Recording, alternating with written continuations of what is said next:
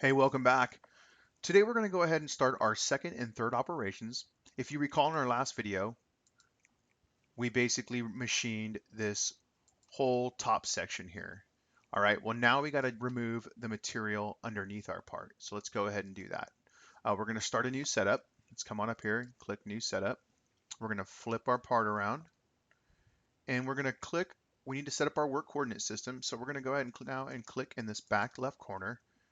And everything looks good here, but our Z needs to be pointed up. So we're going to come on over here and we're going to select Z axis here. And Z axis is highlighted. We're just going to click on a line that's orientated in the Z fashion. And there you go. We have our X and our Y. Our positive X should be going to our right and our positive Y should be going away from us. All right, so we're good to go. Let's go over to stock now. And we're going to click here and go to fixed size box. We're going to make sure our X here, our width is 4 inches. Our depth, our Y is 1.5 inches. Our height is actually going to be 0.74 inches. And we're making it 0.74 versus 0.75 because if you recall, in our first setup, we did a facing operation and we removed 0.01 inches off the face. Okay, in our model position here, we're going to offset it from Z a distance of 0 here. Okay, and if you look, we have to remove all of this material from our stock. So we're good to go. Let's go ahead and hit OK. So now let's go ahead and up here, let's do a facing operation and go ahead and click on face. All right, we need to change our tool here. Let's reference our tool library, the bottle opener here, and we're going to go up to our 3-inch face mill and hit select. We're going to make sure coolant is on flood. We're going to set our spindle speed here to 5,000, our feed rate to 40. All right, and for our geometry, we have to click the top of our part. So right there, be careful, don't click down there, but right up there. And we don't need to worry about our heights. So let's come over to passes now. We're going to use a pass extension of 0.65.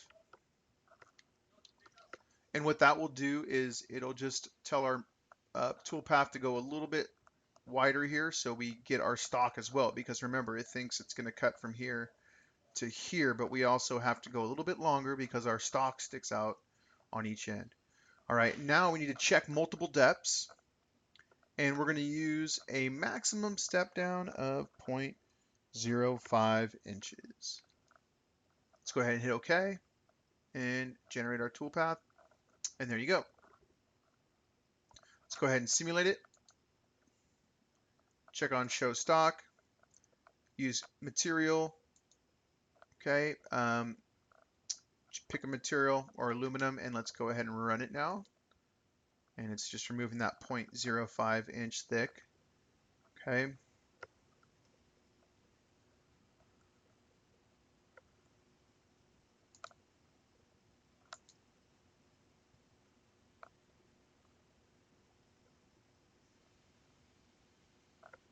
All right, it looks good.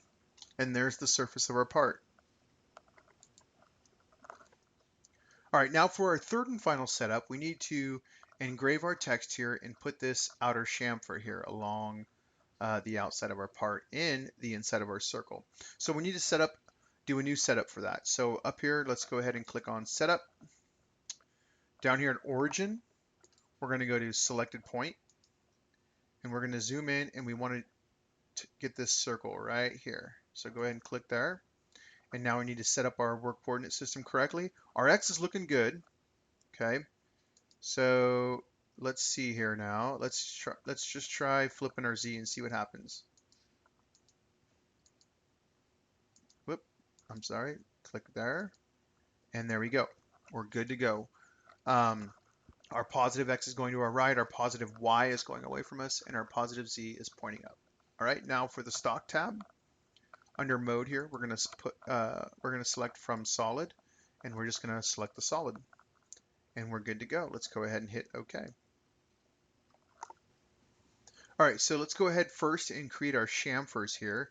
So we're going to come on up to 2D contour, and we're going to grab Once again, reference our bottle opener tool library, and we're going to grab our 1/4 inch 45-degree chamfer tool here. Go ahead and hit select. We're going to make sure our coolant is set to flood. We're going to use a spindle speed of 3000 and a cutting feed rate of 30. For our geometry, we're just going to select the inside of that hole, and right over here we're going to do the outside chamfer here. Okay, and for our chamfer tip offset, we're going to do what we did last time, and we're going to use a chamfer tip offset of 0.03 inches. Everything else is good. Let's go ahead and hit OK.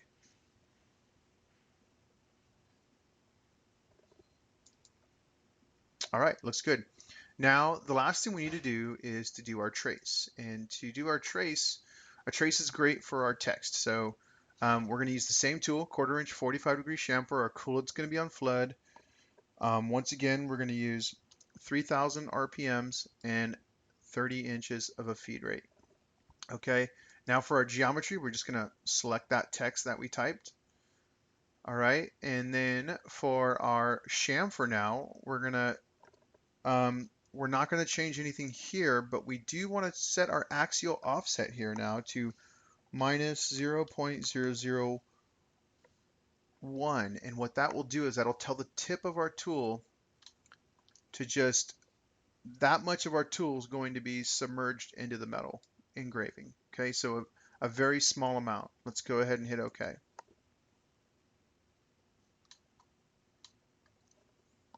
Now let's go ahead and simulate it. Click on your setup here, simulate, and we're going to go ahead and play it.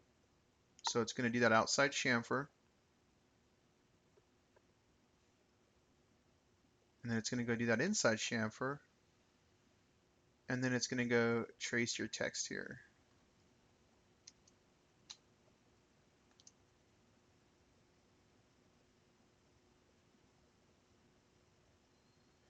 And it looks good. All right, that should do it.